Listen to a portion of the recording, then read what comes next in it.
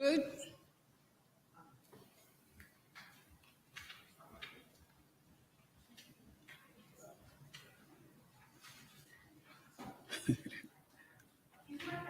Okay. Amen.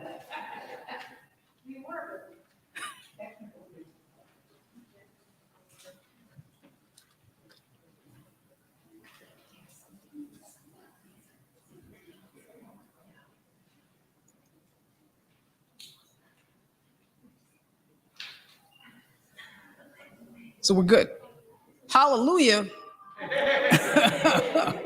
Hallelujah. I was going to say, I was determined that all things would work together today, be it weather, be it cacophonous sound, all things would work together. Friends, welcome. Illinois, Wisconsin, Michigan, welcome. Can you put your hands together for yourselves? My God. I greet you on behalf of the Office of the General Minister and President of the Christian Church in the United States and Canada. We have been praying and hoping and planning for this day and for this time to come together for some time, and the day is here. Hallelujah. Hallelujah. The day is here. We are gathered in person. Many of us, I wish you could see all of the amazing faces that are here in person and friends online. Thank you for being here. The Church Narrative Project launched last year in the Central Rocky Mountain region. Friends, I rejoice the regional minister, the Reverend Joanne Bell Haynes from the Central Rocky Mountain region is here tonight in the house. It was such a powerful beginning. We're doing musical chairs in reverse. You all played musical chairs before? It's musical chairs in reverse. The music will not stop. When it does, right? More people, more chairs. The spirit is alive. It's moving. It's changing us. We're sharing and shaping good together in these 2 days. And that starts with Story Hour. We've got some amazing stories in store for you tonight. I'm going to give you some ground rules. It's just 2 things. First rule, be as present as possible. It takes so much courage, vulnerability to come and share your story. If you would give them the gift of your attention, that would be magnificent. Can we do that? All right. We give them a gift of our fullest, our highest attention. And then the second thing, because I'll tell you, right, we gather, we invite them to be storytellers. And when I said this is going to be live cast across the United States and Canada, their eyes got very big.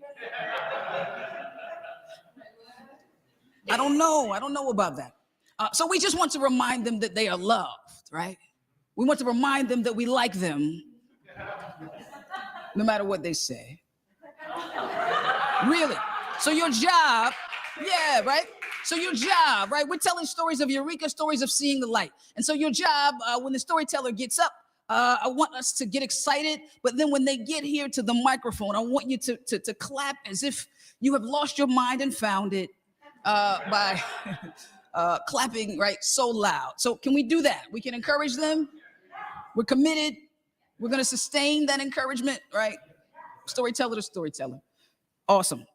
Just before they come, we want greetings. We are at United Christian Church live here in Country Club Hills, Illinois, where Pastor James King is pastor. He's going to come and greet us now.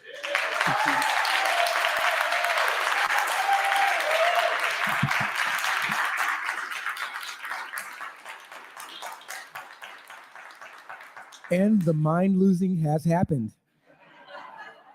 Beloved, I extend to you greetings from the members and friends and the pastor, members, saints, and friends from United Christian Church. We are and have been waiting for you to get here. And so we're very, very, very, very excited.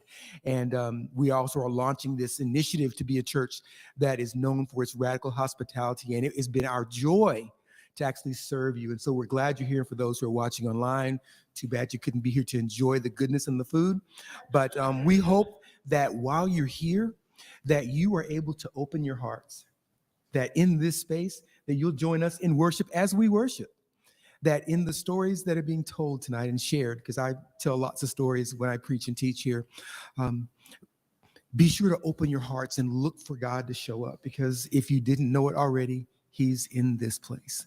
So I extend to you again this welcome. So glad to be here with you. So glad to be here to serve you.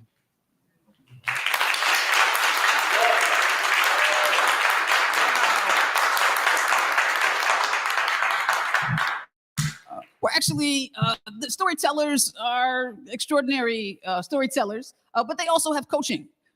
Each region where we go, and we're going to have a story hour that this takes place. It's a curated event, and we're grateful for two storytellers. Rebecca Anderson has helped us shape the entire event and worked with storytellers in the Central Rocky Mountain, Illinois, Central Rocky Mountain region. And we're so grateful that Lindsay Braun, who's going to say just a word, she is in Iowa and expecting a human being soon. And so we're so grateful that she can join us remotely. Good evening, folks. Oh, I could not let the moment pass without taking an opportunity to say break a leg to all the amazing storytellers taking the stage tonight. It has been my absolute delight and honor to be able to work with you as your coach over the last 6 weeks. And those of you who are privileged to be in the audience tonight, you are in for a treat, because these storytellers are giving you a piece of their hearts, a piece of their lives. They're doing the brave and vulnerable thing of telling a true story about their own lives in order to share a little bit of what they know about God, of life, of revelation. And hopefully it helps you expand your imagination about what's possible too. Enjoy the show.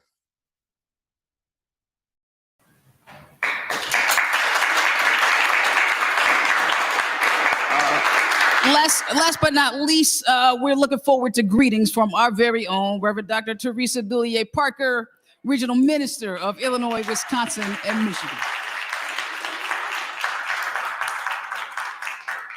We are so glad to be able to host this story hour this evening and this training for the Church Narrative Project. My thanks to Yvonne Gilmore for her organizational help, and our pro-reconciliation anti-racism team, who have been also working to bring this all together. We're glad you're here, and we're glad to give you a taste of what it means to be in Illinois and Wisconsin and Michigan, and to be this church that God has called us to be together. Thank you.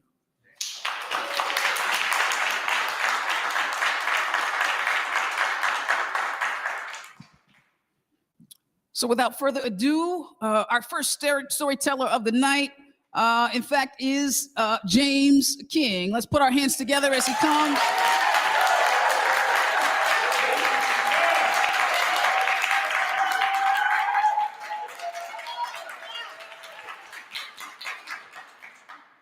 My aha moment. My aha moment came like it would come to most of us as who are married guys. And in the context of being married, you figure out a whole lot of stuff about being married as you're going. It seems that women already kind of know so much, but we as guys kind of get it along the way. And so this story is my aha moment of me coming to an understanding of what it means for love to not seek its own way. Here in Chicagoland area, we have winters that last a long time. This winter was pretty short, which I was surprised by, but we have serious winters. And I grew up in a home where we did things old school. And when I mean old school, I mean grandma would say that, all right, the snow is about to fly. And when it gets cold, you put your long johns on and you don't stop wearing them. Not the same pair, but you don't stop wearing them. You don't stop wearing them till the spring. And so that was the deal. You put them on and you wear them till the spring. And so that has been my ritual, especially moving here to Illinois, because I realized having a long john top and a long john bottom was the thing you need to have here. And then I discovered something that changed my life. They're called winter silks. There are these thin thermal underwear that you can wear under your clothes and it doesn't look like you've eaten too much at the buffet or that your clothes are not properly fitting. They're just these thin things, but they have one problem. The seams on them just aren't all that strong. And if you have them over a long period of time, which I do because I wear them when the snow first starts to fly until the spring comes, that's when you stop wearing them. And so the multiple pairs I have, especially the pants, and they're kind of tight, so you got to put them on so the closer I'm pulling them, and the seams started to tear in the crotch area. Just imagine that. You know how you're pulling them on, rip, and all that. And so they kind of tore. And so I'm getting dressed to get ready for worship on Sunday. And I'm putting on my long johns, and I happen to grab my favorite pair. And why does my favorite pair happen to be the pair with an additional hole in the middle of them? So just trying to imagine what my foundational garments look like with that hole in there. And my wife's like, don't wear those. I'm like, why not? These are good. They've got a hole in them. I'm like, these are good. They work. It's cold out. I'm not taking them off till the spring, so why? She says, just don't wear those.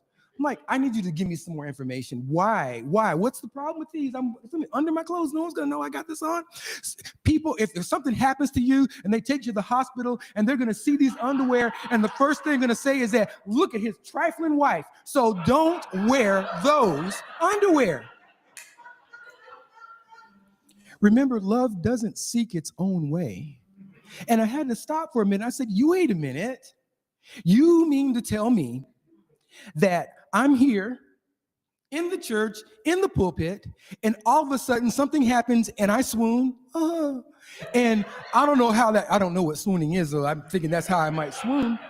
And so I'm going to find wherever I happen to fall, perhaps this little plug down here, I fall on the plug and there's this gash on my head. Someone sees that I'm bleeding profusely, possibly have a concussion. They're going to call the ambulance. Folks are running back to the kitchen. They're getting ice. Somebody else is trying to keep me from having shock. I'm telling this all to my wife. Somebody's raising my feet to keep me from having shock. They're covering me up. They're fanning me. They're giving me room. They're getting close. All this is going on. And you mean to tell me that when the ambulance people come and they get me and they're going to be putting compresses on the bleeding and they're going to be checking to see, is he have a hematoma?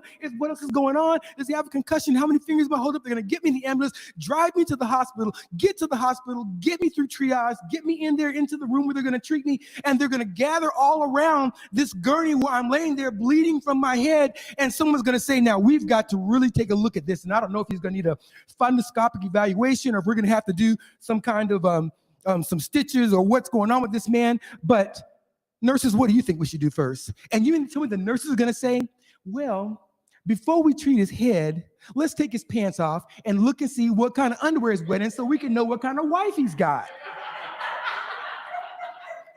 I said all that to my wife. Just like that, too. And her response to me was, yes! That's exactly what's going to happen. They're going to take off, you're going to cut your pants off. They're going to look at your shoes. They're going to look at your socks. If you've got holes in your socks and holes in your underwear, they're going to say, look at this man's trifling wife. Then they may treat the bleeding in your head. And it dawned on me how important it was to her that when I stand in front of people, that I'm not just representing a congregation, or I'm not just representing God or myself or my family, I'm representing my wife, even on my foundational clothing and socks. And so, I have learned that love does not seek its own way. I took the foundational garments, set them aside, found the pair whose seams had not been stressed, put them on, asked if I was okay. She gave me the okay, and we came to worship. Thank you.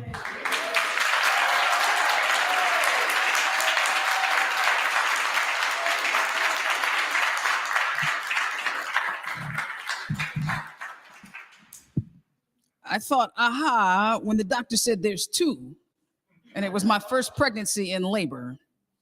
I thought, aha, when I sat in my first women's studies class. I thought, aha, when I saw the first flower of spring.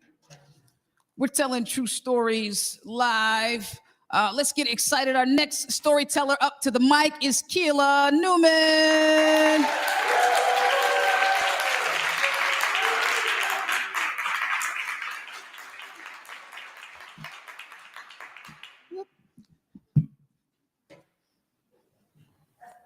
Hang on, I got it. Church service goes live at 10:30 Sunday morning from my cozy backyard patio. I love my home. At least I did. A little 2-bedroom bungalow, intimate front porch, hammock swing for reading or napping, and the perfect backyard. Privacy fence where needed, shorter fence so neighbors could visit, and just the right amount of backyard for Maxwell, my golden retriever and best friend. He could chase squirrels, and it wasn't too much for me to mow.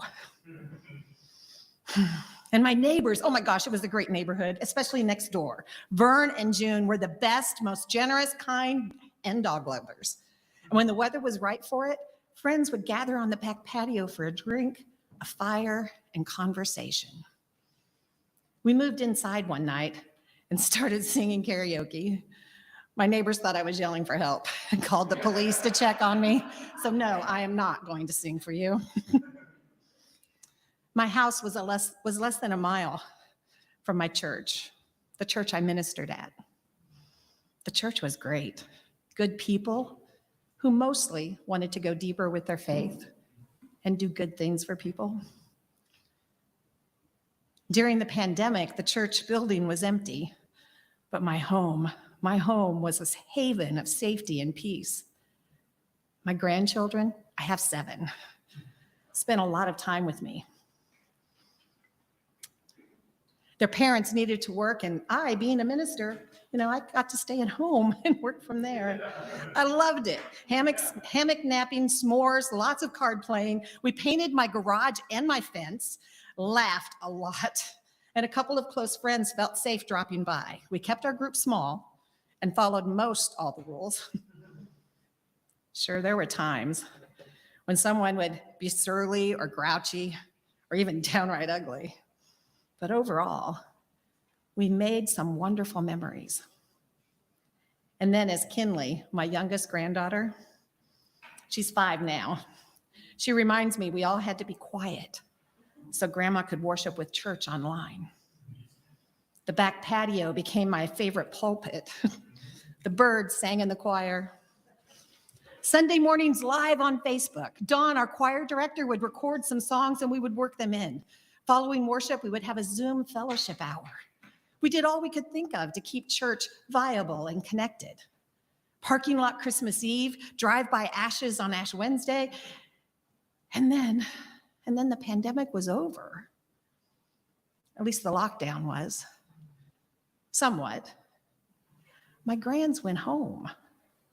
School was back in person as well as church. My house was quiet. It's true, it was very sweet for a few days. Quiet, I hadn't had that in a while. I didn't have groceries delivered twice a week. Laundry was minimal, but it was quiet. And this is church after the pandemic. People were not as involved. Some continued to fear the virus, and others had just distanced themselves, pulled away. Everything was different. The struggle to inspire people to become more involved was real. They'd gotten used to the office manager and I doing most everything. And both of us were struggling to adjust to the post-pandemic world. We had lived the lockdown, the fear. We were not who we were. I loved my home and I loved my church. And my church was definitely part of that home. The people, the relationships. Maybe I'm not the one to do this. Maybe a new face in my position would have a better chance of pulling them back in. Maybe FCC needs a new leader. I shed a lot of tears. My heart hurt. You know, that deep pain of loss? I wanted God to tell me to stay, but that's not what I was hearing or feeling. My eldest son, father of my 3 youngest grands, wanted me to sell my house while the market was on a high note and move near him and his family. He would build me a home on his property. And he could too. With the opening of the world and the girls back to in-person school, I went from a steady dose of grand love to only FaceTime now and then. They had softball games. I missed almost all of them. I brought their older cousins to a couple of games, but that was a 3-hour drive. I couldn't do that very often. So, on October 3rd, 2022, my resignation as pastor of First Christian Church was made real. The cute little bungalow sold in 2 weeks for exactly what I asked for it. There were a few bumps, future stories. You'll love them. But I moved and I went to work part-time for my son as his office manager and HR person. He owns a core shop in Decatur, as well as a machine shop. BOLs, purchase orders, trucks to load with the right pallets. Release numbers had to match the load. Each part had a different number, and none were simple 1, 2, 3, 4. It was R246 360 dipped, 432 of this on this pallet, 224 of this one on another, and they all had different dunnage. Yeah, new language too. Dunnage, packing material. And then the different employees, 30 plus with names and numbers and stories. The stories I hear every day. It's crazy real. Advantage Foundry and Automation Midwest. Well, my son has a ministry going on. Church begins at 6:30 a.m. with a few beginning at 5 or so to get things running. Jim had a court appearance this afternoon. Jan would need to leave at 9 to take her infant twins for shots, and again at 2 to pick her older children up from school. Grandma babysits, but she doesn't drive.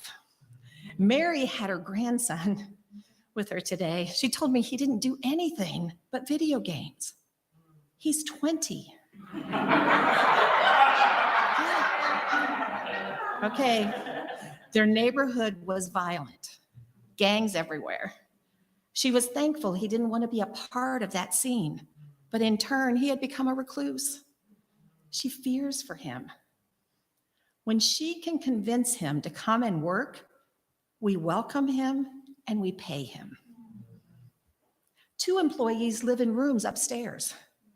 1 an addict, recovering, but with no home otherwise. 1 a felon, needed a help up. He's one of my favorites. Another worker clocks in 30 minutes early and then leaves. He shuttles other workers who are without transportation. And Marikar, my daughter-in-law, she's always overcooking, intentionally. She takes the leftovers to work and offers it to those she knows are hungry. And Eve has stage 4 breast cancer. She tried treatment. She didn't like how it made her feel. So she stopped. She shows up almost every day, works harder than most, laughs with us, and sometimes she gets quiet and she cries, and we embrace her and we love her through it. I could keep going. It's the way they live. There are hundreds of ministries taking place under that roof. And sometimes the help my son offers truly helps. But mostly they fall back into their old ways. And he gets frustrated, but he doesn't stop. Until late spring, when my home will be built, I will reside in my son's home. And every now and then my grands pile in my bed and we read books or just talk and laugh.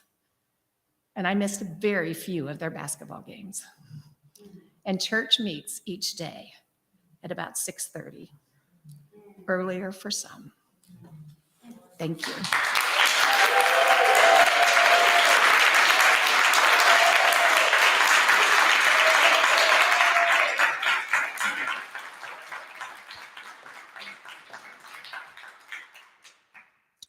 True stories change lives. True stories change lives. I thought, aha, when I returned to the work environment. How silly of me. I thought, aha, actually more like, ah, ah. A breath sign of deep confirmation. When I first heard the lyrics to By Breath by Sarah Thompson, we of all createdness are one in so many essential ways. Breath, blood, body, spirit. We're telling stories of eureka, stories of seeing the light, aha moments. Friends, let's welcome Arvel Bass.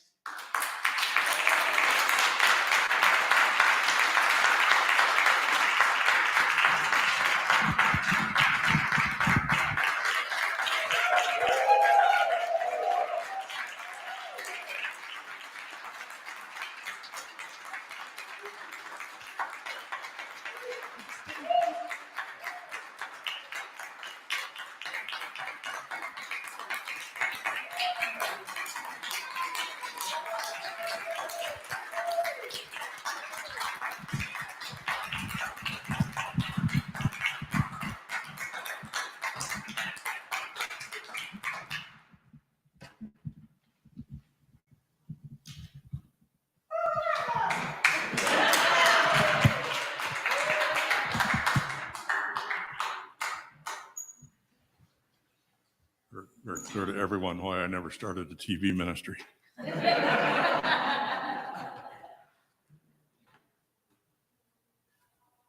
Move frequently.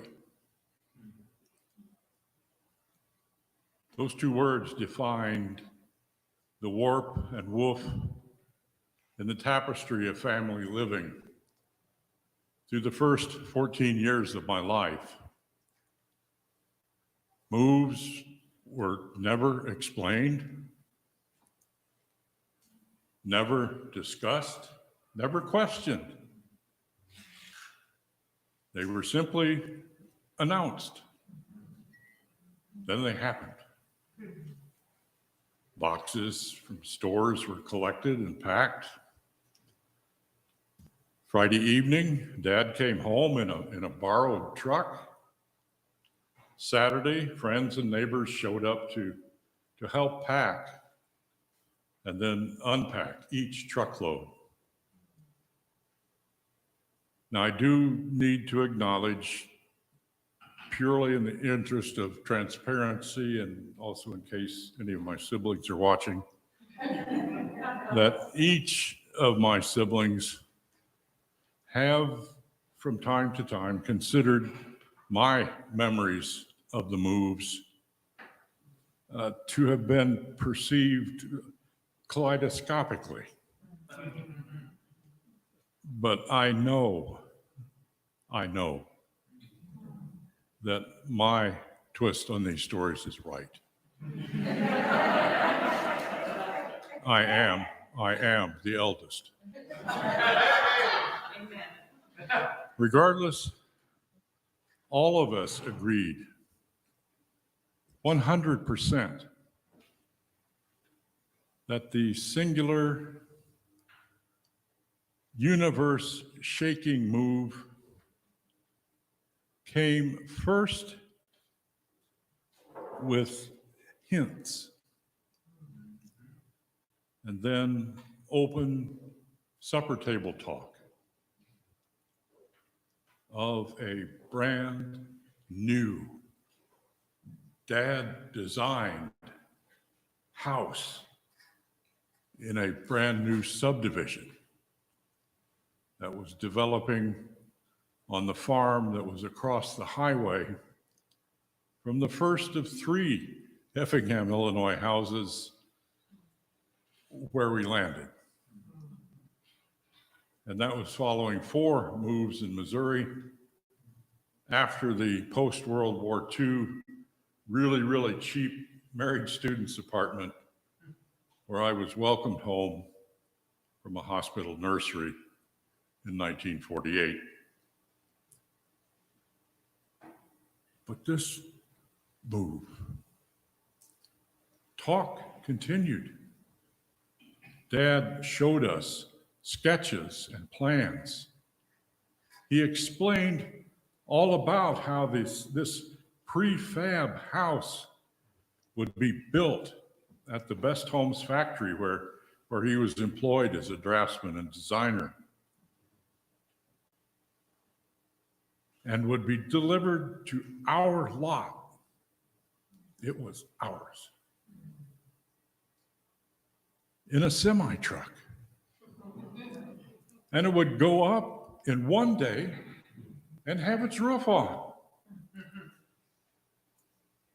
After the basement and the subfloor were done.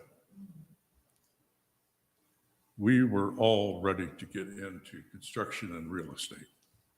We knew how it was done.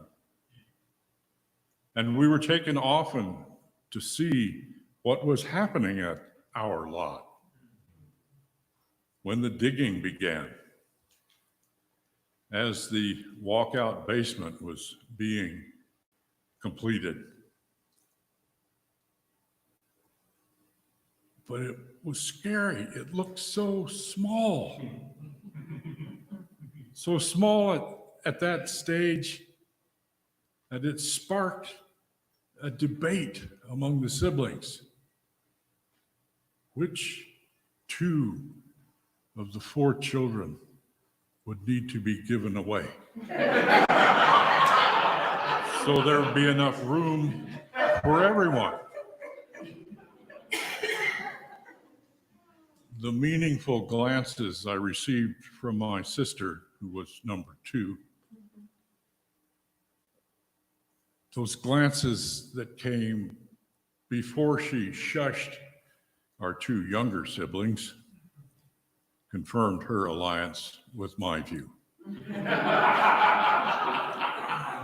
We would miss them, and they could visit.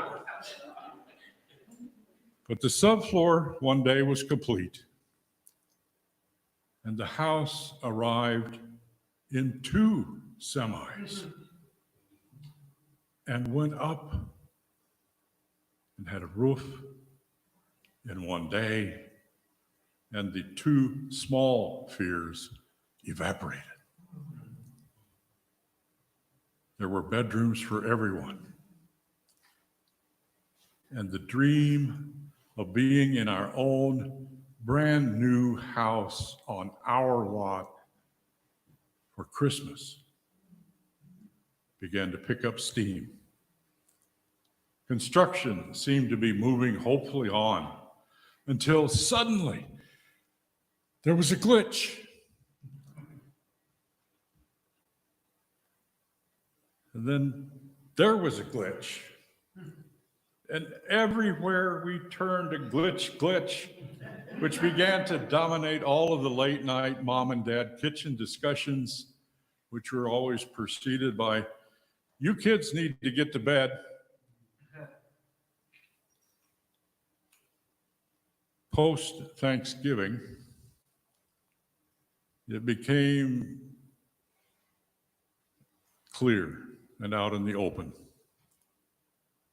that we would not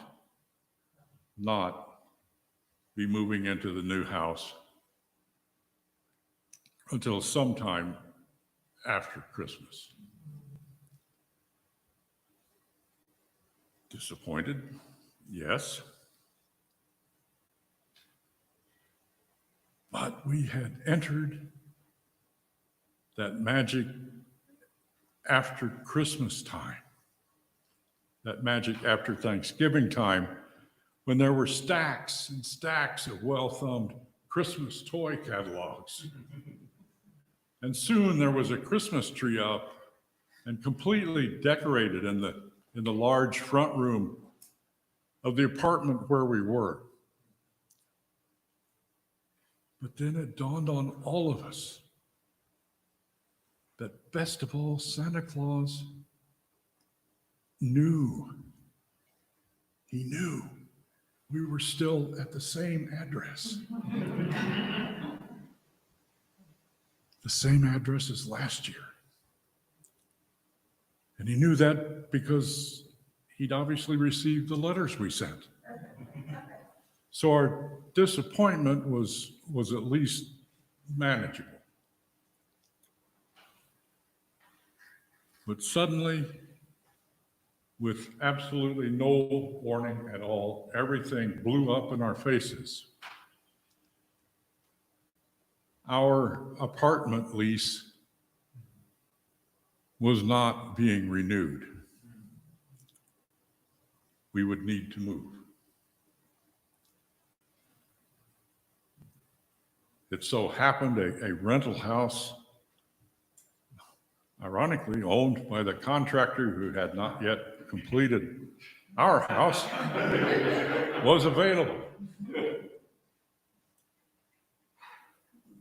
And so we would be moving to that rental house on Christmas Eve. Son of a glitch.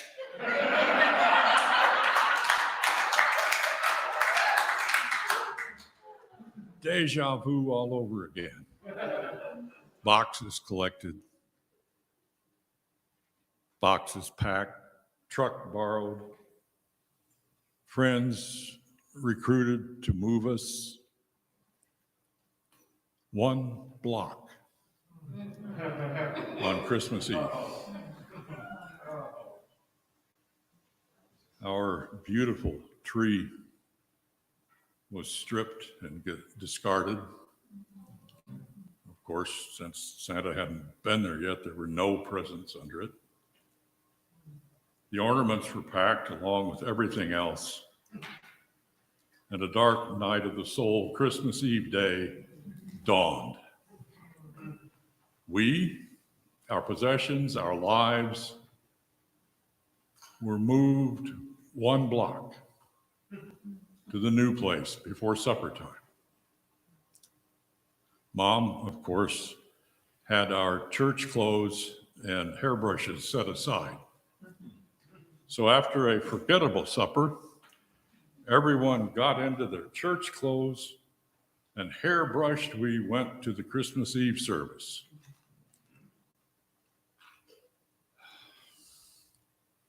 A disappointed mom and dad. And 4 downcast siblings who all knew that we had obviously done something really bad to bring this catastrophe to roost. Sullen sinners who knew we would now be totally stiffed Christmas morning. There was no tree. There were no presents. We went to church.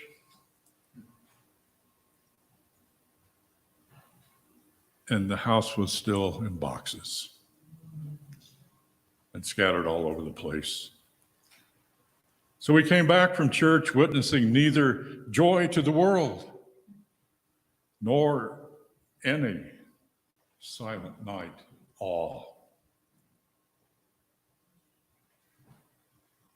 We fell into bed on the mattresses, which were on the floors of our hopefully to be bedrooms, amidst unpacked boxes, unplaced furniture, disassembled bed frames, and stacks of boxes of God knows what. When your friends help you move, you do not have time to put tags on the boxes to go to the right place. God bless them. Christmas morning, the stoic faces of those cursed by this move emerged into a strange living room very, very early. Even shattered expectations die hard for children. But we were met by the mysterious glow of a small, decorated tree surrounded by presents near our exhausted dad snoring on the couch that was sitting exactly where it had landed after being carried in from the truck. Today, in the cold light of truth, we have common agreement that Christmas tree was actually a short, scrawny Charlie Brown reject, which Dad probably stole from a closed tree lot after we were home from church and asleep. But who cares? Who cares? The blinding truth of Christmas blazed out of the defeat, the disappointment, and darkness of our Christmas Eve move situation, because it had been transformed. It had been transformed by a eureka moment, a moment birthed by the self-giving love of a father who, well beyond the frigid grip of our Christmas Eve surprise move, truly proved beyond any doubt that we were loved. Thank you.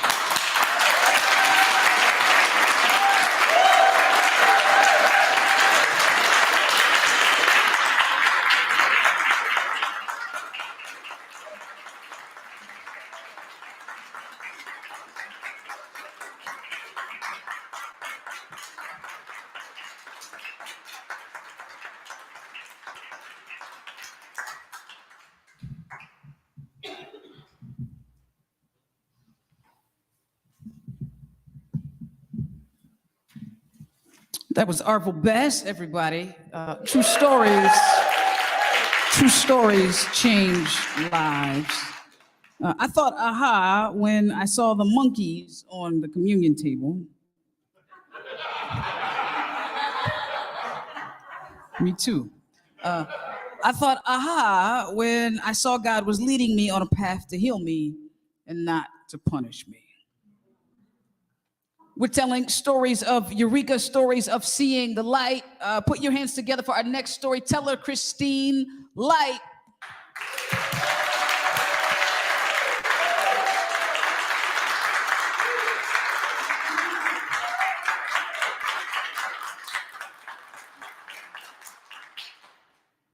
Chrissy, I need you naked tonight. All right, those weren't exactly the words of my roommate. I think she actually said something like, I have this life drawing assignment and it's due in the morning. Do you think maybe you could?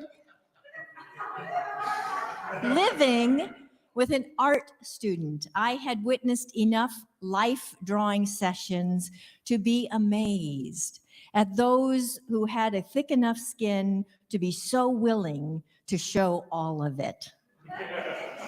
Knowing that I was definitely not one of those people, Valerie hastily added, it's just gonna be charcoal. It'll be kind of loose. I'm not gonna do your face. And you do have Rubenesque curves.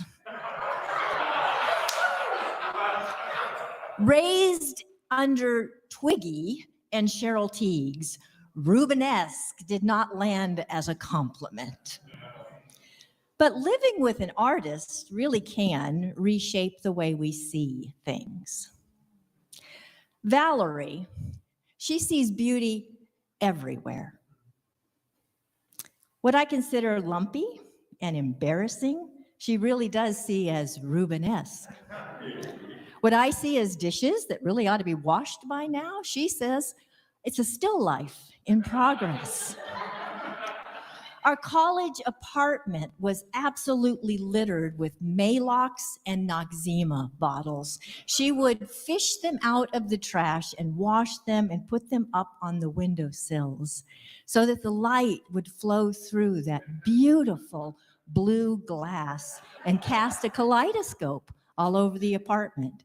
And then later in the day, when the afternoon sun would hit just right, the whole apartment would be washed in purple shadows, which is what inspired her senior thesis show.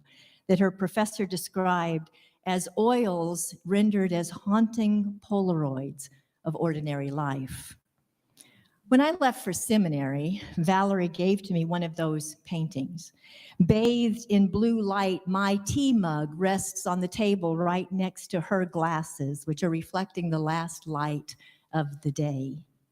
And at the edge of the canvas, lurking in a deep purple shadow, sits a 4-liter bottle of sangria with a slender neck, beautiful curves, a heavy bottom, and a sassy arm, just waiting for happy hour, which is about to start. And for 40 years, that painting has hung in every house I have lived in. In the artist's perimenopausal period, Val's still lifes went from muted to brilliant, focusing on fruit of all things. We couldn't leave a farmer's market without her bringing home every variety of pear she could find. Dressed in the most vibrant oils in her paint box on those canvases, those sexy ladies unabashedly display their tender flesh and their easy curves right on the kitchen counter for God and everyone else to see. And to this day, in Val's house, blue bottles are atop every window sash, awaiting the magic of illumination. And unsurprisingly, I too am drawn to blue glass. When I was in my mid-40s, I was out shopping for a sofa when I was seduced by a blue vase with a long, slender neck, beautiful curves, a heavy bottom, and her wonderful illumination in a display window. Well, I took her home with me, and she followed me from Michigan to Georgia and finally to Champaign, Illinois. Unpacking boxes in 2011 on a December day, I unswaddled her, knowing exactly where she belonged. The breakfast room, with its white tile floor, was radiant. Sunshine bounced through floor to ceiling windows, and centering a small walnut table like the one we had had in our apartment, within this L of light, my blue lady friend sat in the middle of it all. My happy hour painting was hanging on an opposite wall. As my 7th grade son and I rang in the new year, winter light through that blue vase is what comforted me as I drank my morning tea and considered my troubled marriage, which I had resolved to end in the first 6 weeks of a new ministry. My husband was living in Georgia, but would be coming to Illinois very soon. Some days I would walk out of the pastor's office and into the sanctuary because high up in its Gothic arches, shapes of blue and red glass would be casting slideshows on the pillars and the walls. Over the communion table, the rose window repeats all those same colors. And even the hanging lanterns in the nave are crafted from a very familiar Noxzema blue glass. Blue light was my comfort in the time of purple shadows. Well, late that March, he came, staying at the house as we divided up belongings and began that arduous work we call divorce. It was tense. It had been 3 months since we had lived under the same roof. But there were also daffodils and other surprises coming up in this yard I had never seen in springtime before. Coming home from work one day, I noticed on the patio just outside the breakfast room door what looked like a carpet of little miniature roses all over the place. And oddly, it also appeared that blue light was sparkling up from the pavement. I was curious, but also concerned and on high alert for how things might be going inside the house. So I just rushed past. Entering the breakfast room, I noticed the white tile displayed the same red flower motif as the patio. Bending down to touch what I thought must be red petals, then looking up at the walnut table, I realized it no longer held my blue vase, and I understood. Stepping back outside, I found her broken neck, in a garden bed and a few pieces of those shattered hips under a tree. And I could see it. With his frustration boiling over, that slender neck must have felt so good in his hand as he smashed that heavy bottom. He picked up the biggest pieces of broken glass, but he didn't account for that cascading consequence of his outbursts to which he was so prone. Assuming his anger had been safely discharged while his son and his soon-to-be ex-wife were gone, before grabbing his car keys, he had let all of our dogs out to pee. You see, in January, our Chihuahua had 3 puppies. So together with our Sheltie, there were a pack of 5 with 20 tiny paws. And when he brought them back in the house, he didn't even notice. All those little feet bloodied by tiptoeing through anger's debris. Seeing with an artist's eye, Eureka. Illumination sometimes occurs in the purple shadows of the canvas. And so gathering broom and dustbin, I wasn't angry. I was grateful. Grateful for illumination wrought in the blue dust of my smashed avatar. Treating the puppy's paws that night, I resolved that in this house, which would soon be mine alone, I would learn to live more like a pair, finally at home in this imperfect skin, which has beautifully held tender flesh together for all these years. And if you've been waiting all this time to find out whether I got naked for Val, this story is blue glass. That one is blue nude.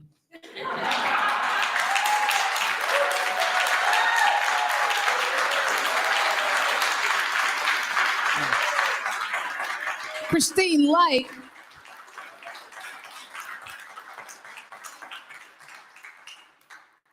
True stories change lives. Sometimes they take our breath away. Sometimes they take our breath away. They change lives. I thought, aha, when my regional staff asked me if I had thought of going to seminary. 5 months later, I started my MDiv and I have not looked back. Aha. Friends, our next storyteller is Amanda Groves. Put your hands together as we welcome her.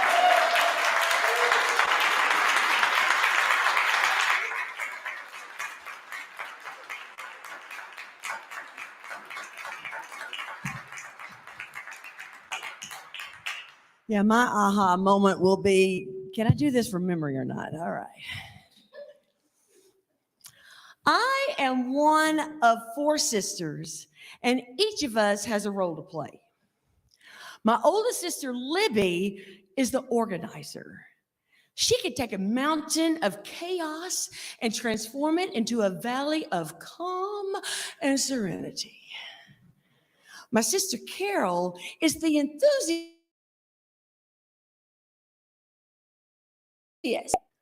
Hey, let's go shopping. Yeah, let's go shopping. We can use my car. Let's go clean out a closet. Huzzah! Me, I'm the questioner of everything. Why is the sky blue? Why is the grass green? Why does the man-child who is only 5 years old get to lead the singing at the worship service and I can't, even though I'm a vocal major? Just asking. And then there's my sister Cecilia. She is the fearless warrior.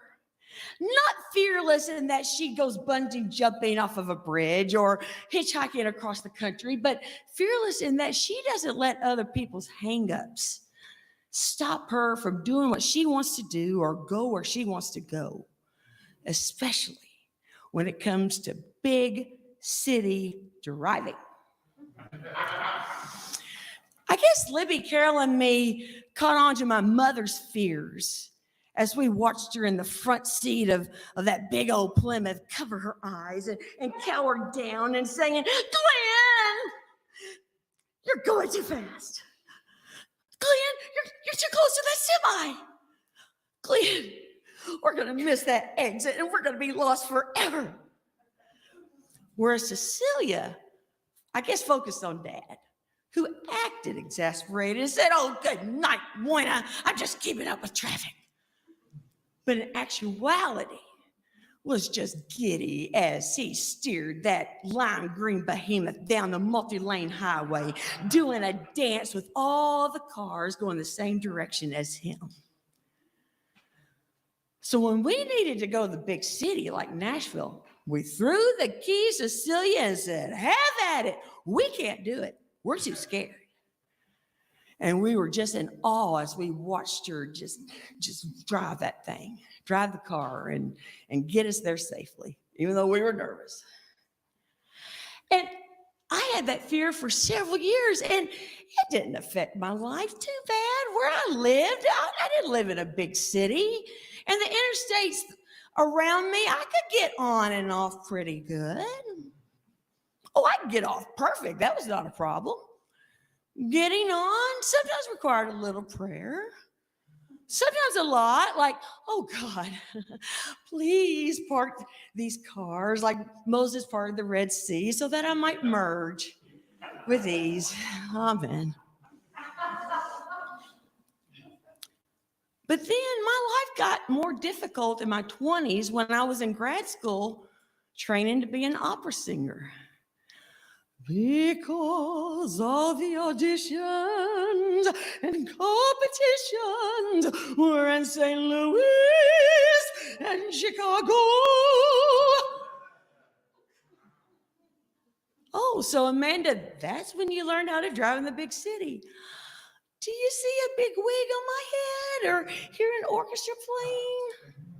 No, I would beg rides from my friends, or I would hire someone to drive me, or I would get on the Amtrak. And that wasn't the only reason why I'm not an opera singer, but it played its part. So Amanda, when did you have to face the music? Well, it was June 14th, Sunday, 1998, when my husband, JW, hydroplaned his Chrysler K car into a Dodge Ram truck.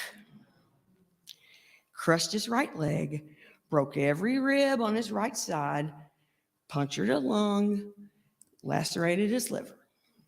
He had to be airlifted to Barnes Jewish Hospital. Where? In St. Louis, Missouri. Exactly. Now, my sister-in-law and her husband agreed to go on up there and be with him. And my mother-in-law was just frantic. She had to be there, and she wanted to ride with them, but they were in a truck that only fitted two. But she didn't care. She was going to climb into the bed of the truck. And this is at midnight.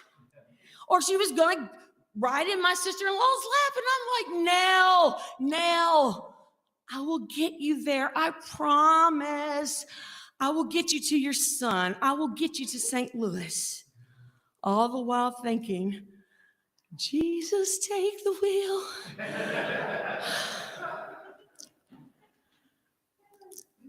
So we went back to my home, packed, prepared to stay at the hospital for several days. And then the next morning, got up, got into my Ford Explorer stick shift truck. What is it with this family and trucks? I don't know. We just went through a truck phase, and we started on our way. Now, we weren't saying much, Nell and me, because we were worried about JW, and we were worried about getting to the hospital because we were not living like today with our Google Maps, GPS satellite knows where you are at all times. This was the era of print off the directions and pray that there's no detours. So we're driving down the road. I'm trying to make small talk. Well, looks like the rain is cleared. Yeah. I think it's going to be a scorcher, though. Oh, yes, yeah, I think so. Well, traffic's getting heavier, but I'm doing okay. Yeah, check my blood pressure. I'm cool. We then get to the Illinois side, the Illinois outskirts of St. Louis, cross over the Mississippi River. There's the arch welcoming us to Missouri and what awaits us. And it's rush hour. I know what you're thinking. Like, wait, are you telling me that this is the first time that you have driven in the big city and you're doing it in a stick shift truck with a frantic mother-in-law on the way to the hospital where your critically injured husband is at? And you're doing it in rush hour? You're insane. I know. I was starting to freak out. I was like, whoa, I don't know what's going to happen here. What's going to happen here? But all of a sudden, I started having like an out-of-body experience. Like I was kind of floating around and I noticed, wait a minute, the cars are frozen in time.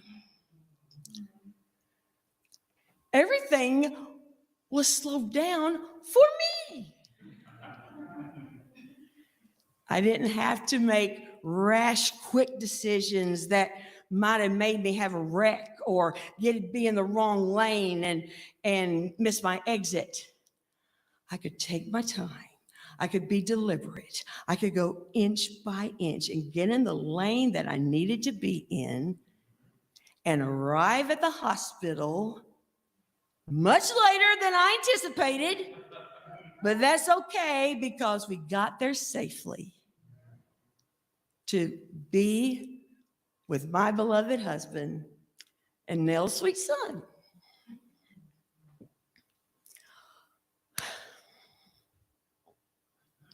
Wow. I could drive in St. Louis. I can drive in big city traffic. Won't my dad and Cecilia be proud of me?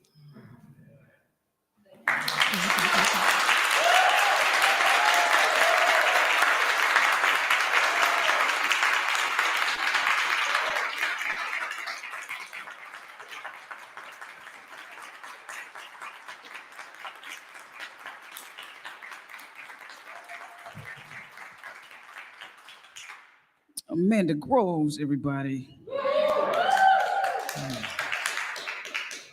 I thought, aha, when I heard my story, at least in part, from the mouth of another. Let's keep the energy going, friends. We have just a few more stories. Our next storyteller is Daphne Hayes.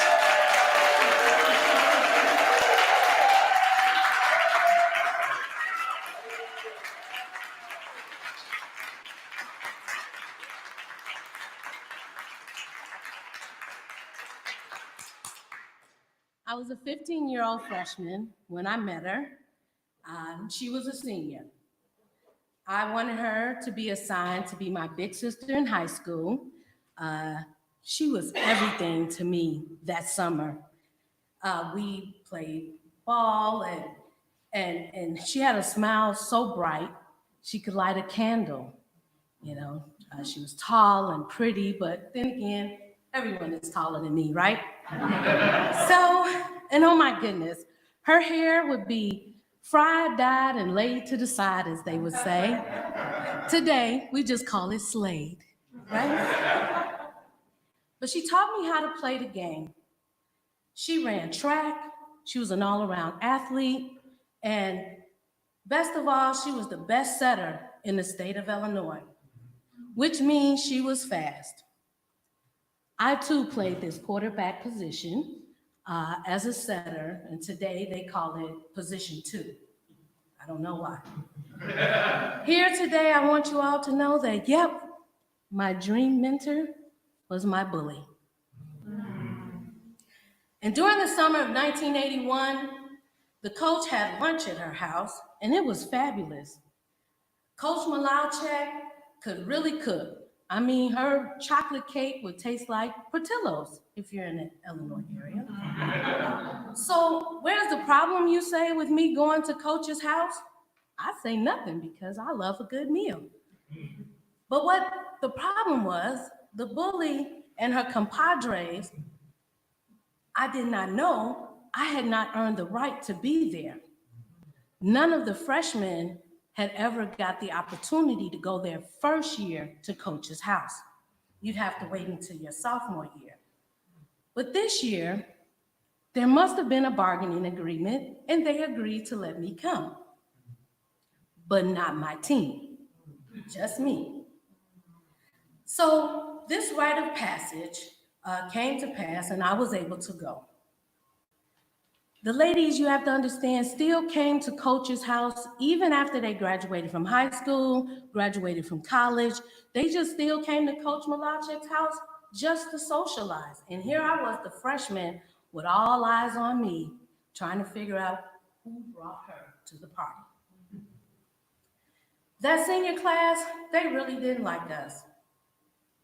So the next year, when my class was able to attend, they forgot their inner city manners and tore up Coach's house. And the bully and the other members said, see, I told you not to bring her or her team. I was so embarrassed by them. The bully, as we call her, tormented me all the time. If I made errors on the court, I made errors in practice. I ended up having to run extra laps. I would make my team run extra laps. We would have to do what are called monster walks, which are very advanced squats. She and them teased and hazed me so much my freshman year, I thought of quitting.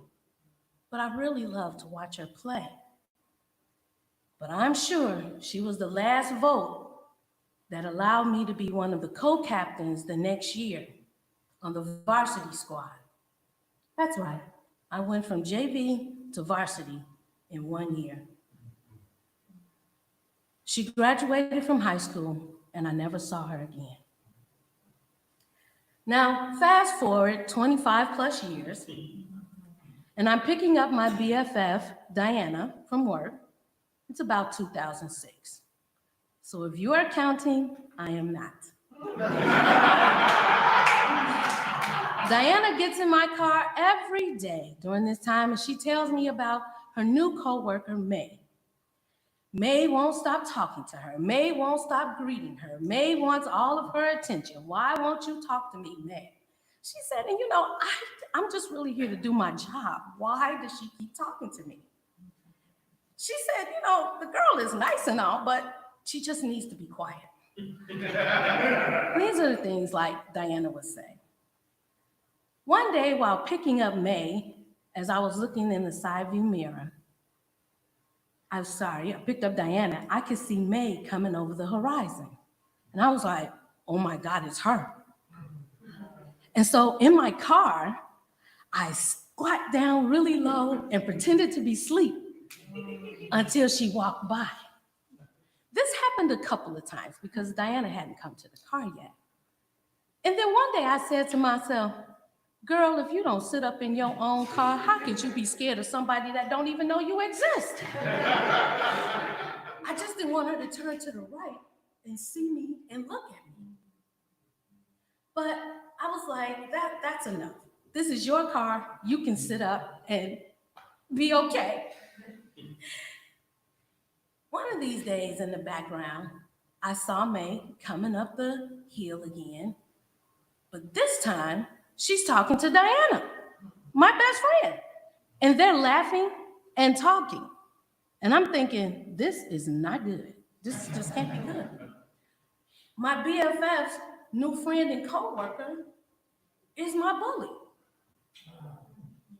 They came up to the car and the bully just kept on talking and I'm laughing. Yeah, it's so good to see you too, right? And we just go on. But when Diana got in that car, I was like, is this your friend? Is this who you've been talking about? She said, yes. I said, that's the bully in high school I've been telling you about over and over again.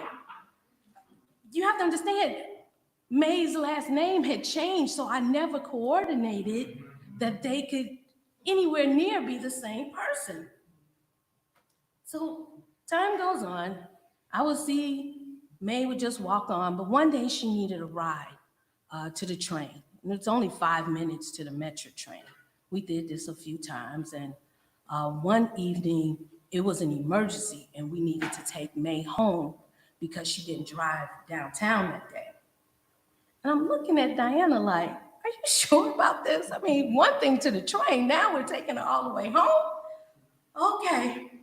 So understand, when she would be in that car, in the train, it was only 5 minutes, but I would look in that mirror at her, and then there were some days I would not. I would just drive her to the train. Now, Diana understood how to deal with May. Diana would bully her back in the adult way. Not me. I kept one eye on her at all times. But eventually, May became like a third wheel. I mean, we took her everywhere. We went to the circus because we were adults and had not been to the circus since we were children. And it was like they had opened up a whole section just for us. It was just the three of us in the section.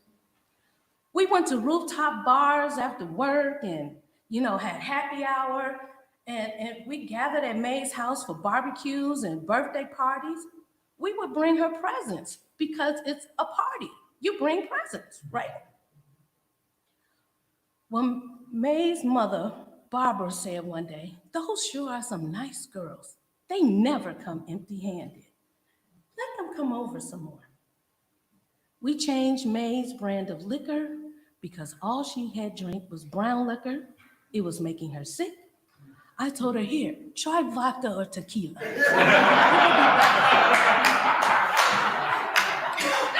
Now, just so you understand, this trio now goes to Aquafit.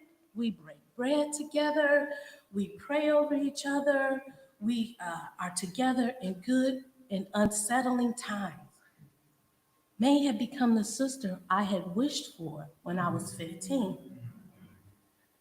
And one night, there was a social for the high school, just the ladies getting together. So I took Diana with me, and May came along because, remember, she's 3 years older than me, so there are a lot of people there that we know. My high school BFF, who protected me from May, Anna, walks in, and she comes over to the bar, and she said, "Can somebody tell me what the hell is going on here? How could you be hanging with her after all she had done to us?" And I sat at the bar with my margarita and took a sip, and I said, "This is the thing with God. I have nothing to do with it. This is Diana's best friend and her coworker." But Diana said, "Y'all, look, it's been 30 years. She cool now, she's all right to deal with." Although we do say it is funny, And I know you, like my family and friends, ask me the same question that I asked God. Why did you bring her to me? Who is best friends with their former bully? And one night the answer came. As we were dropping May off at the train, this would be her last night because she was changing jobs. We drove to the train and she says to me, "Short legs, I got something to say to you." And I said, "Okay," in my non-scared voice. "Well, what is it?" She said, "Short legs, I want to tell you that I'm sorry for the way I treated you in high school. That I'm sorry for all the things that you have went through. But I want you to know, you never quit. You pushed through every time. And Short legs, I love you. You got heart." I said, "Oh, okay." "Okay, I can handle this." And she got out of the car just as silently. And Diana looked at us. We looked at each other like, what just happened? We just started laughing. But I looked out the window and I could see the reflection of myself and the tears rolling down to my eyes. And I said, God, is this what I have been waiting for all these years? To have May say, I'm sorry. Thank you.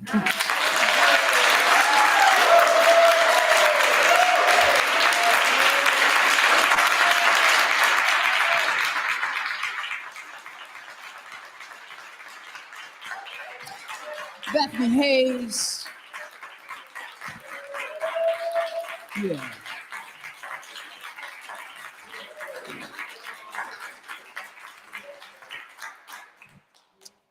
True stories change lives. True stories change lives. I thought, aha, when even in the face of sudden tragedy, our congregation still sang, joyful, joyful, we adore thee. We chose to believe in the victory of love, even if it was beyond our sight. Illinois, Wisconsin, Michigan, your next storyteller is Alan Turlip. Put your hands together.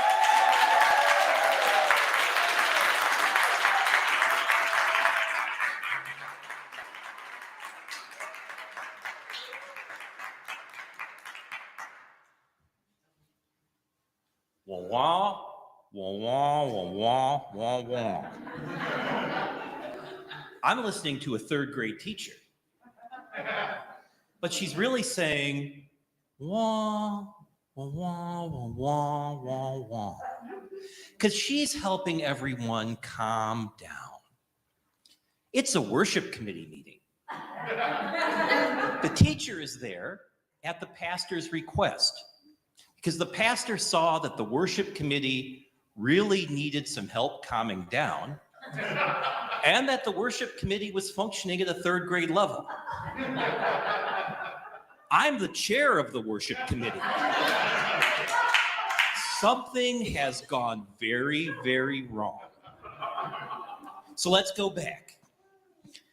I was ordained, you can't see it on TV, right there, 5 feet in front of where I'm standing now. And from that spot, I was sent out on a mission from God.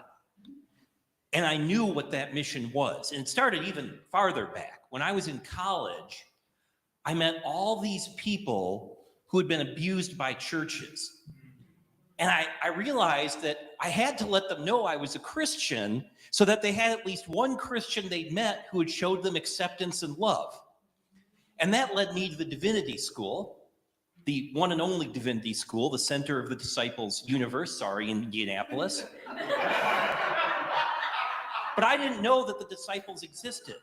The first disciple I encountered was Barton Stone, because I would read, and I picked up an anthology of 19th century Christian literature, and I picked up this thing called The Last Will and Testament of the Springfield Presbytery. And I read this: we will that this body die, be dissolved, and sink into union with the body of Christ.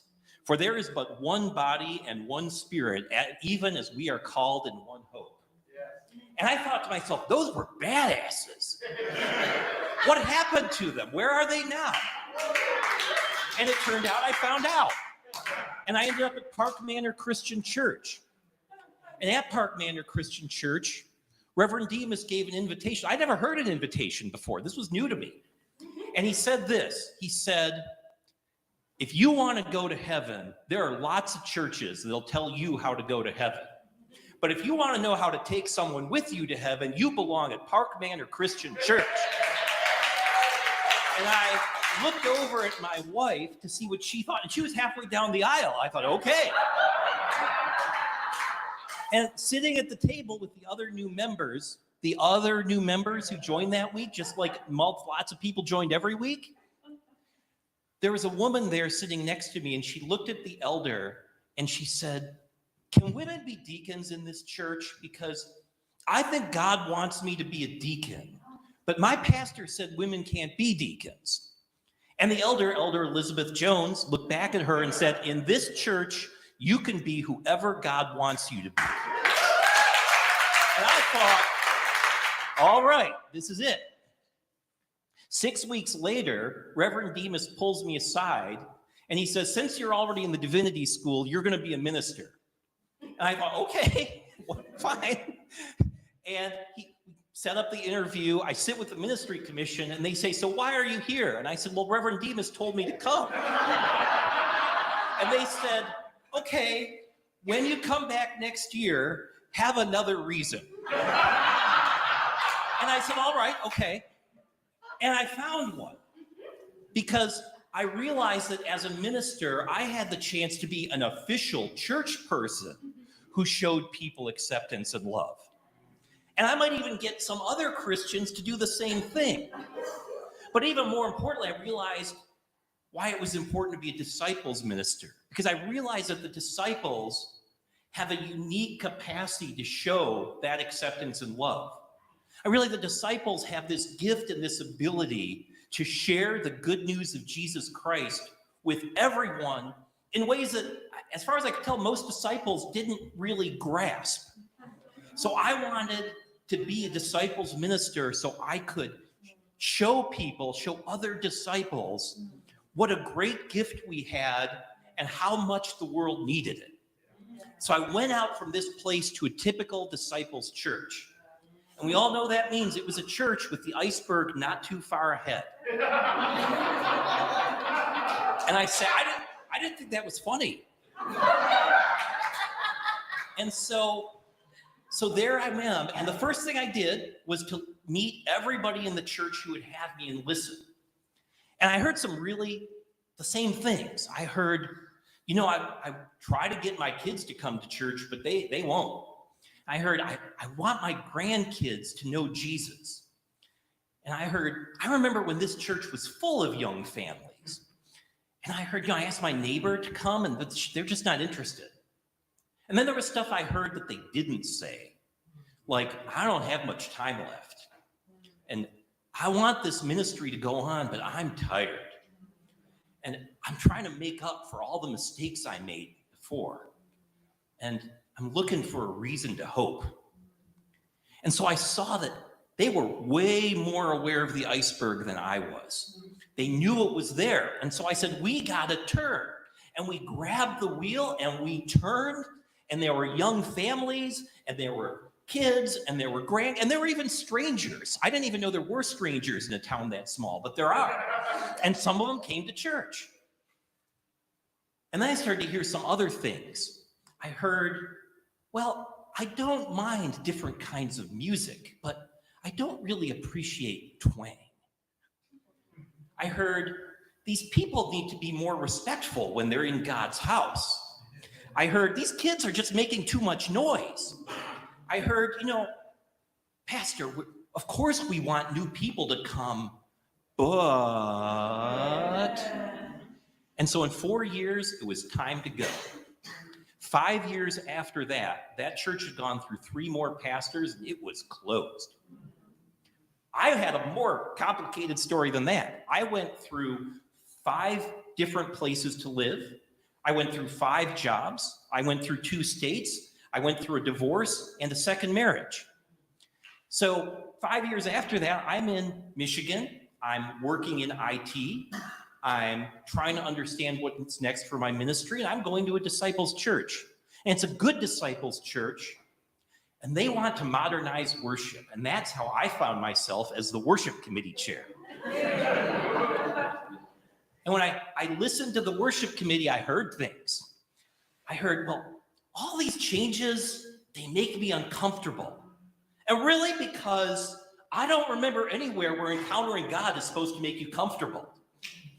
And I heard, we want to have new people, but we got to keep the old people happy, all 20 of them. And I heard, I just want things to stay the same. Why can't those people just go to other churches where they have worship they like? Because they're getting lied to in those other churches. And I'm not using my inside voice because I am completely out of patience. Because I do not have any more time for people who are clinging to this great gift when there are so many people outside literally dying right outside their doors to have what we take for granted while we waste our time on pointless church bullshit. And that's why I'm sitting with a third grade teacher having a restorative circle. And in that moment, I realized that I'm just done. That not done with ministry. I just realized that the trauma of dealing with all these people who are trying to hang on to what they have when what they need to be doing is giving it away, I just couldn't do it anymore. Now, I thought that was my eureka moment, but it wasn't. The eureka moment was when I used the word trauma. See, I mentioned I married a teacher. And every day, from the first time we met, after every school day, Jessica would tell me about her day. And the part of the day that was her favorite were the kids who were making trouble. So her favorite parts of the day went like this. Yeah, so today I gave Dee his classwork for the hour, and he looked at me and he said, you know, I love you, but I ain't doing shit today. That was a sixth grader. Or, yeah, I was reading to the kids, it's quiet, and suddenly Kay jumps up and just starts going blah, blah, blah, blah, blah, all around the room, and I have to kind of get him to sit down again. Or, yeah, these two girls, they just decided to throw down in the middle of fourth hour, so I had to get between them and sit them down. And eventually her school realized that she needed to spend all day with the troublemakers. So that became her job. So she did lots of restorative circles. I knew exactly what I was sitting through. And what she will tell you is that her job is really all about trauma. Because not all the traumatized kids are troublemakers, but all the troublemakers are traumatized. And before you can get a traumatized kid to do anything, you have to give them calm and peace and care so they can start thinking and then start to get better. And so as I thought about that, I started thinking about what I'd been through. I thought of the people who had caused me trouble. I started to remember some of the other things they'd said in their stories. Things like, you know, my parents never once told me they loved me, but look, I turned out fine. Or, yeah, drink would have killed me if I hadn't gotten saved and quit. Or, yeah, I hit my kids because my parents hit me and that's all I knew. I really wish I'd known better now. I thought, all the troublemakers were traumatized. Not all the traumatized people were troublemakers, but every one of those troublemaking disciples, the ones who brought church trauma to me, they'd experienced it themselves. That was my eureka moment. I don't quite know what to do with this because there are no shortcuts when it comes to trauma. I don't think there are enough therapists and counselors in the world to get to every single one of the traumatized, troublemaking disciples we know. We're going to lose more than we're going to save. But if we know what we're up against, maybe we can save some more. Because with time and with care, trauma can be healed. Even church trauma, even theirs, even mine. Thank you.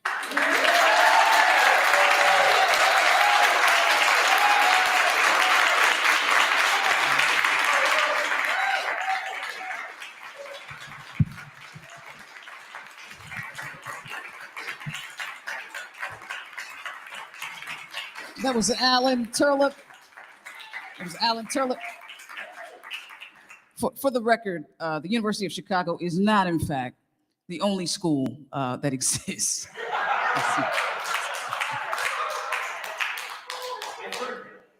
We love Christian Theological Seminary in Indianapolis and Bright. And there are other schools in the world. So church is where we sing, it's where we pray, it's where we fellowship. Church has to be where we tell the truth. Where we tell the truth.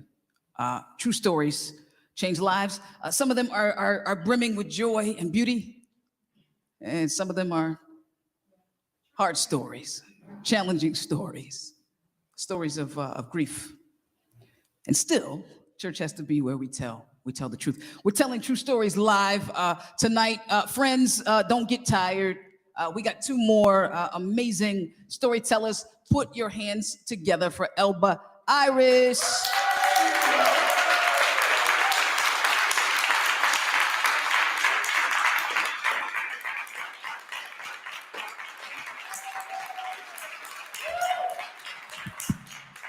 Thank you.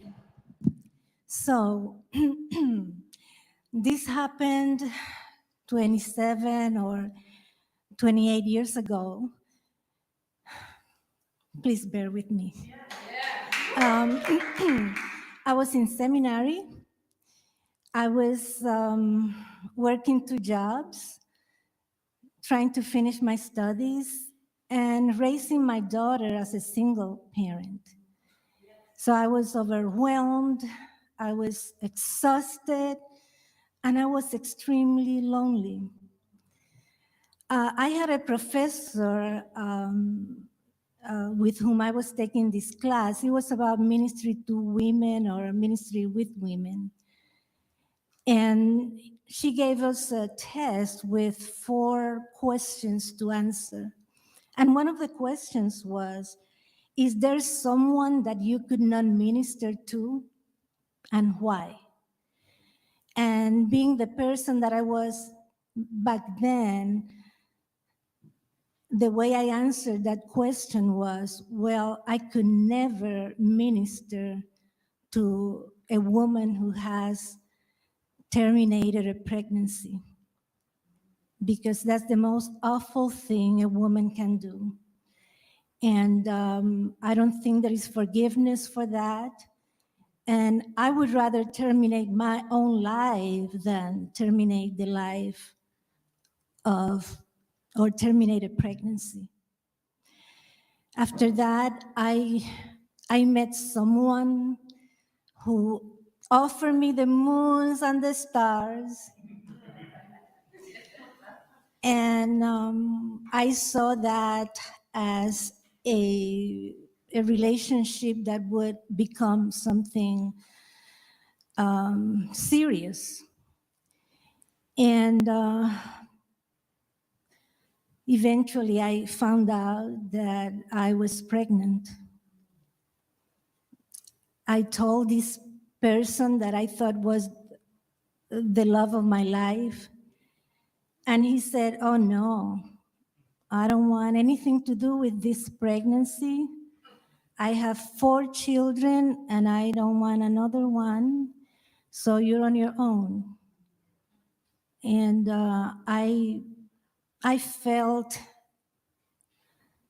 despair. There is no other way to describe it. It was despair. And I lived close to the lake. So I walked to the lake trying to find a solution to this situation that I was in. I sat on the rocks at the lake for what seemed like hours, thinking, God, what do I do? I can't continue with this pregnancy because I'm in seminary. I have plans, I have a ministry. I have a child that it is hard enough to raise on my own, let alone to have 2. But I cannot terminate this pregnancy because that's awful. I cannot do this. I became in the flesh the person that I hated. I cannot do this because that's unforgivable, and no, so I cannot do this and I cannot do that. And honestly, I looked at the waters of the lake and I felt, wow, if I just jump, the pain will be over. But I thought about my beautiful daughter and I said, I cannot do this to her. So I decided to walk back to my house. And as I'm walking on the sidewalk, I was looking down and I saw this woman coming in the opposite direction, and she was pushing a stroller. And there was a baby in the stroller. And there was something wrong with the baby physically. And when I saw that baby, I for a few seconds, I forgot about my situation. And my heart was full of compassion. And I'm like, oh, poor thing. And then it was like a switch. I just looked up and I said, oh my God, I am the same person. I am the same person, capable of compassion and love. I thought I had crossed the line from being a good Christian woman to being this awful sinner. And for me, that was, wow, I'm the same person. And then the most wonderful, the most mystic thing happened to me right there on the sidewalk. I felt like a rain of unconditional love came over me.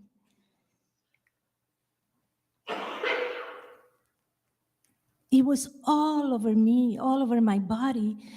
And I felt the assurance that whichever decision you make, I will still love you. And I will love you forever.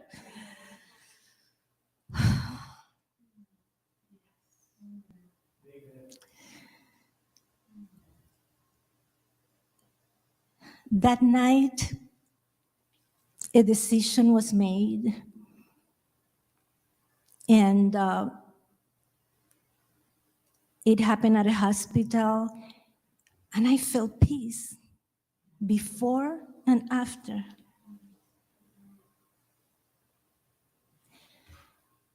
So the rainwaters of unconditional love to me felt like the amniotic fluids of God.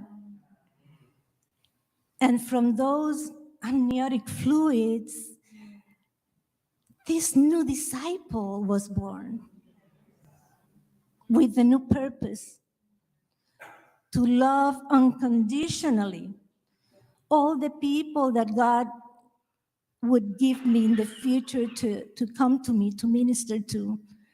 No judgments, no exclusions, no demonizing the other, because that's not from God.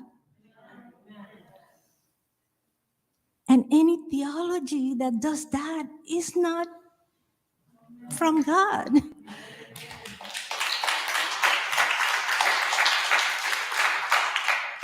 Because God is only love. For these 27 years, that's the way that I have practiced my ministry. And I thank God for that day, that summer day, when the unconditional love of God came over me.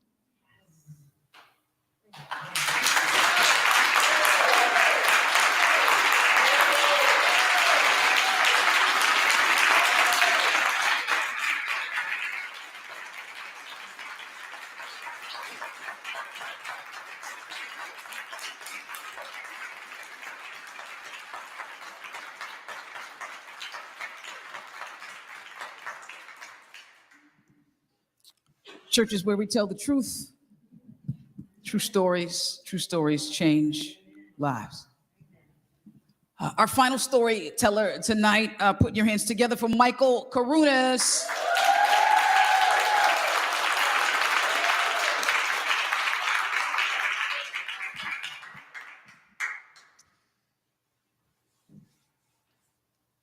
I have always felt a special connection, mystical almost, to Thursday.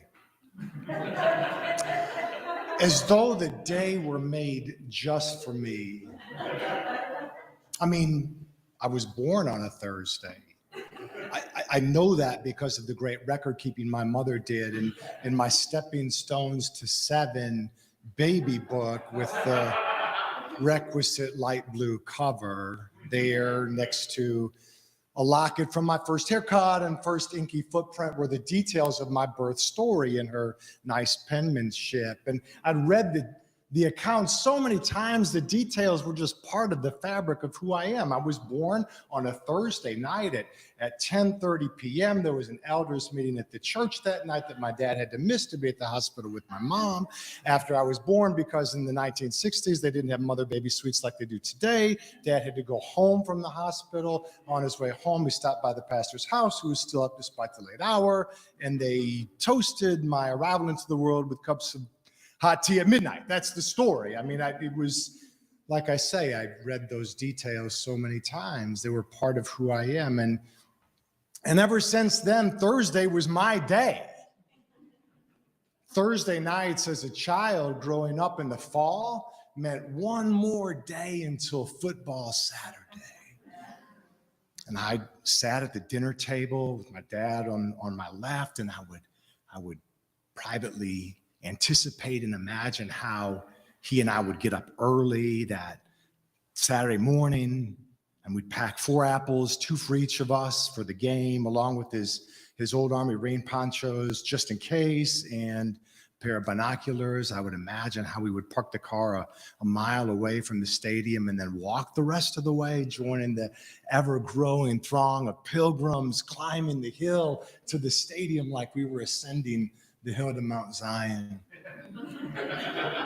My dad was not tall and really almost as wide as he was tall, and his hands mimicked his whole body type, wide, flat, and broad, and his palms were like small skillets. And as we would serpentine our way through the crowd, his hand would completely engulf mine and drag me behind him, and with him parting the seas, I knew that there was no place I couldn't go, and nothing could ever touch me. Big things in my life always happen on Thursday. What can I say? My now wife and I had our first date on a Thursday. I proposed to her 2 years later on a Thursday. For the last 25 years, I've been a parish pastor, and Friday, today, is my day off, which means that Thursday is my TGIF. May 14th, 1998 was a Thursday also.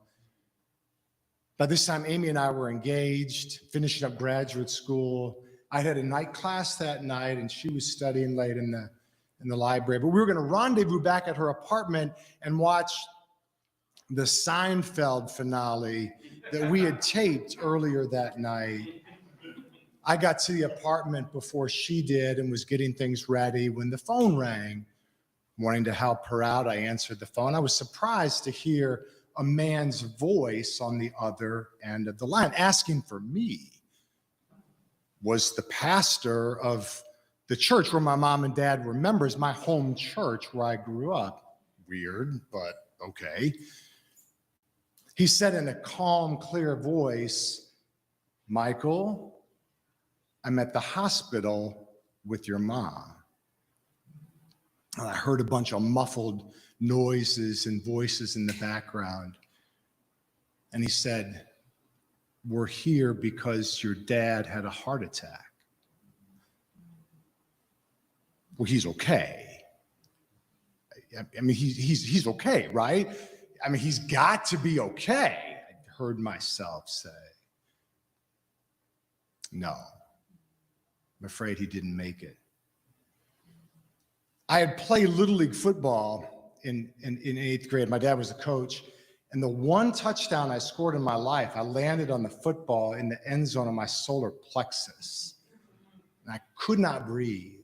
I had this sensation of laying on my back, looking up at the clear blue sky, thinking that I was some fish on dry land, like some giant hand had reached down into my skin and squeezed everything that was inside. And that feeling returned as I hung up the phone and slumped weak-kneed in the apartment in the hallway in Amy's apartment. Well, 3 weeks later, so the funeral was behind us, and I stopped by my mom's house to pick up a box of things that she'd packed up for me to take into my new move in Southern Illinois, where I was going to start as a parish pastor for my first call. And the box was sitting there at the top of the steps in the landing, and poking its way out of the top edge of the box was the stepping stones to 7 light blue covered baby book. And on a whim, and I guess out of nostalgic purposes, I sat down on the floor, took it out of the box, and just started flipping through the pages. It's all there as I remembered it. Locket of hair, first haircut, first hinky footprint, and then again, the details of the birth story. I read through them again, even though I knew it was there. And it was all there as I remembered. 10:30 p.m., elders meeting, cups of tea at midnight. But then I stopped reading because something was not right. But it had to be right because I was looking right at it. And it was looking back at me in black and white on the page. Evidently, December 3rd, 1968 was not a Thursday. It was a Tuesday. Are you bleeping kidding me? Seriously? All this time?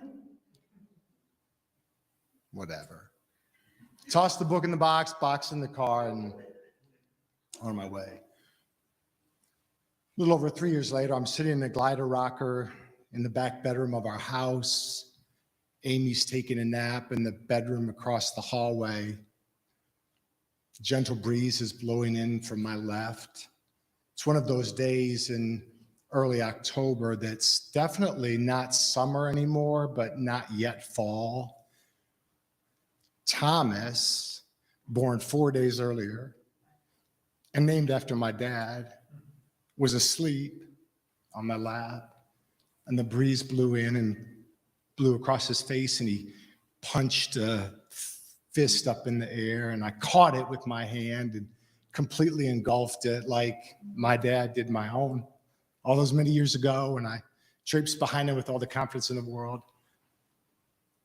I gently lifted him up and placed him into the crib, sat back down in the chair and grabbed the baby book, his baby book, that was on the end table. Amy had already started to fill out many of the pages, but I turned to the clean, crisp, empty page that was titled Father's Memories. Thought back to the last week and how amazing those days were. I picked up a pen and I started writing. You were born on October 2nd, 2001. I stopped. I sat back in the chair and I smiled because it hit me. Thomas, like his dad, was born on a Tuesday.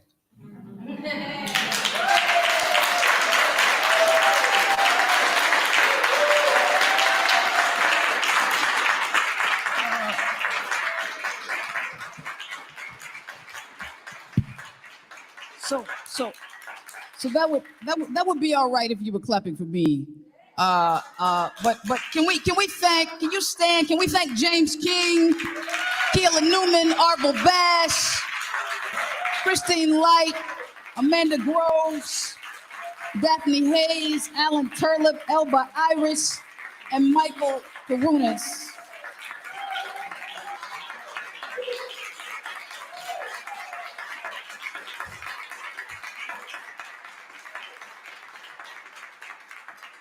They didn't have to give us the gift of such courage and vulnerability, and they did. Friends, as we close, our General Minister and President is in the house, the Reverend Terri Hord Owens.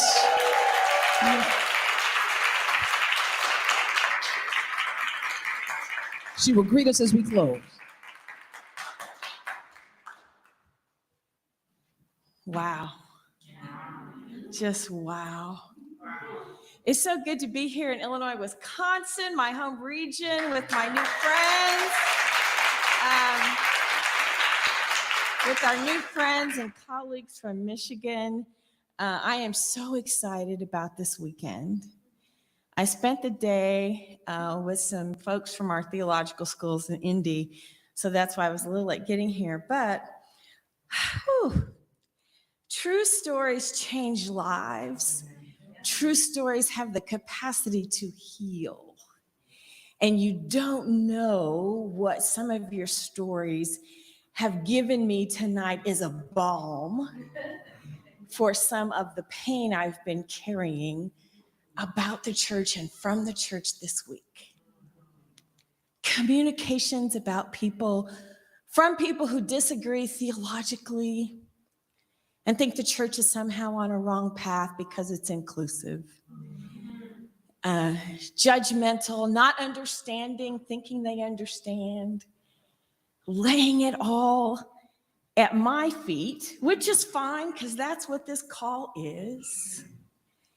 But God knows that judgment is not of God. That's why we're doing this, church, because we've got to get on a path where we all are listening and working together, and when we care more about the gospel of Jesus Christ and we care more about the love that we share with one another, we can never decide who's out because we're not God. We're just not. And I have had a very heavy night dealing with some communication that wounded me to my soul. And I want you to know that. So if you see me being a little weepy over this next weekend, it's because I've been praying before God. How do I keep going forward? How do we keep the church moving forward, knowing that there may be some who fall away? But we have to simply believe that God's love is limitless and that it's abundant and that it doesn't judge. And if we ever stop believing that or living according to that, we will not see the kingdom. And so thank you for ministering to me tonight. And I wanted to say something because I want you to know that we all carry stuff and trauma. And I know that many of you as clergy, there have been things that get laid at your feet that hurt you, and you're trying to figure out, how do I listen? How do I listen? How do I stay calm? What I want to tell you, get thee behind me, Satan. That's not of God. That's not what we're going to do. And so I'm praying about how to respond to some of the stuff that's been brought to me. It's not even been brought to me about me personally, but about the wider church. And this work is so, so important. The work that we're going to be doing, the work that you're going to see happen across the life of the church, it's so, so important. I'm so glad you get to be on the front end of experiencing it. You're going to get to love David Hooker, Kirby, Allen. You already love Yvonne, who's been so masterful in working with us. Let's thank Yvonne for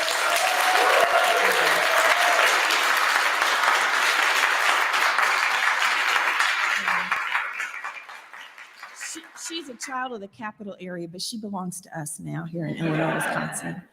But I just want you to know how much hope I have and how you've reminded me of the hope that we can all have in God tonight.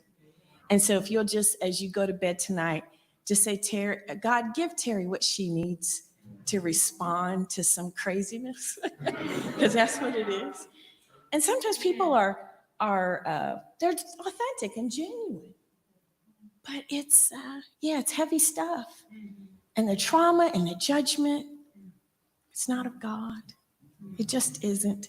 And so I'm inviting you all to just open up and be honest and share. And I believe God is going to meet us in this place this weekend, and that your own hope will be renewed and restored as you see that it is possible for us to be in a space and name for God what we want to be and where we want to go, and that God will make provision for us to get there. So thank you all for coming. This has just been wonderful tonight. My former congregant, Daphne Hayes, what an awesome story.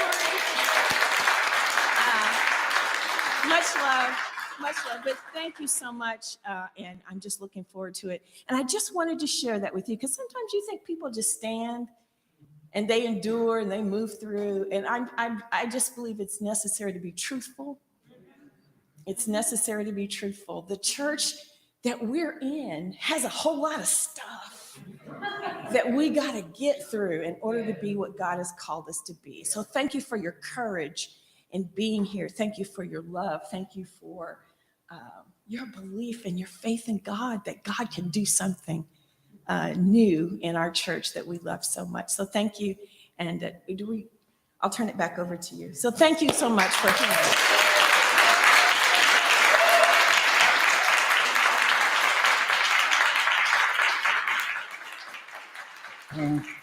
So friends, believe it or not, we've been working. This is work. This is work. We've been preparing the soil. We've been preparing the soil, right, for what is to come. This is Musical Chairs in Reverse, second stop. Next time we'll be in Arkansas in April. So looking forward to that. We're going to end this part online. Thank you across the United States and Canada for joining us. Thanks again to all of our storytellers. God bless each of you. Want to give thanks for the OGMP team behind the scenes, for Jeff Parker, for Brenda Rossi, for Kara Gilger, for their hard work to make this happen. We're so grateful. So good night online. Friends, we're going to recess for 5 minutes. I'm going to come right back because the magnificent work that we've been doing, we're going to continue. The Counter Stories consulting team is going to come, but we're going to have a brief moment of worship and devotion, and then we're going to transition to work with the Counter Stories team. So let's take 5 minutes. We're going to come back in 5 minutes and keep going.